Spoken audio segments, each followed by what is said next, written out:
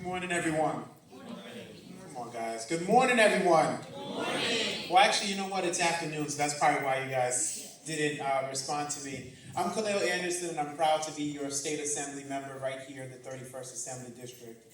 I'm also proud to have been elected the youngest African American in New York State history to do so. And today, I want to just pause and give a moment to thank our amazing, amazing partners here at the Campaign Against Hunger. Could we please just give them a big round of applause? Their vision for ensuring that this town hall, this meeting, this Voices of Change happened really was the driver for today. The driver as to why you all are seated here today, to have the real conversation of how we voice the issues around change and how we work to address the issues of gun violence. And there's a nexus between gun violence and food insecurity that you all will get an opportunity to learn about today. But before I get into my opening remarks, let me acknowledge my colleague who just came in, Assemblywoman Stacey Sperfer-Amato. Thank you so much for being here.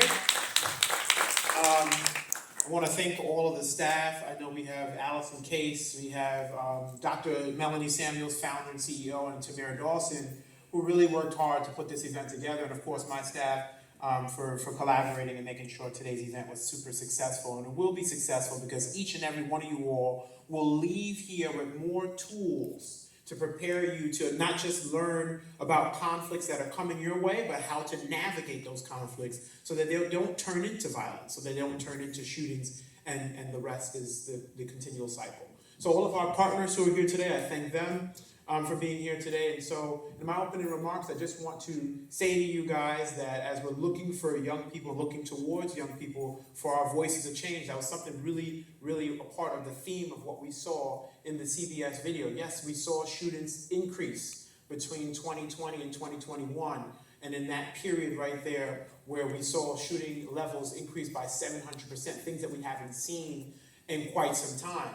And so part of how we get that violence down is we invest and pour into the young people. And we realize that you all are the drivers of the change that we need to see in our neighborhoods. And so I'm glad that we have New Yorkers Against Gun Violence here today. I'm glad to have invited them. Because they're going to talk about some skills that you guys can build and the work that they do in our schools to help you guys be able to better resolve conflict. I say this all the time. Conflict is a natural part of human existence. It is. But how we navigate those conflicts will define us not just as individuals, but as a community at large. So that story that we saw on CBS does not have to be our norm here in the Rockaways, does not have to be our norm here in Queens, does not have to be our norm in New York City. We can work to change that. Now to food. You all will be learning about food and the amazing work that Tika does. And so as the Campaign Against Hunger is actively working to address food insecurity, and I call it food apartheid, because there are communities that have better access to food than communities like the Rockaways. And so you all will learn the nexus between food insecurity and gun violence and how we can work to close that gap to make our communities healthier and safer.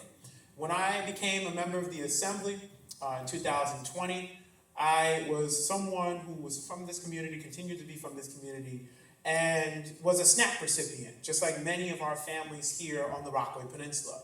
And that is one of the tools, food stamp SNAP, that is one of the tools that has been used to help address the issue of food insecurity.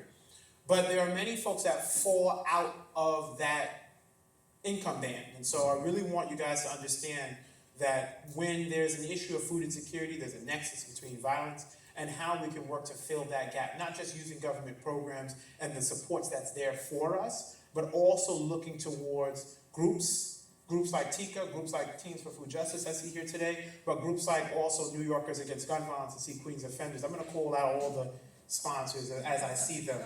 And I might get myself in trouble because I might miss a couple of names, but it's important that you guys see these groups as tools for you all to be able to then express yourselves, to avoid conflict, and most importantly, build conflict mediation and resolution skills. So again, I'll be here all day. I'm really excited for the work that Campaign Against Hunger does. I'm really excited for all of the staff that work tirelessly to get this event here. And as I say at every event, please do not leave here the same way you came in. Leave here with some information. Leave here with some skills, most importantly, leave here with a friend, because the resources that you guys need are in this space today. So let me thank all of our partners and to Tika for their hard work in bringing this conference here. Learn something, build something, and grow something. Stay safe and be well, everyone.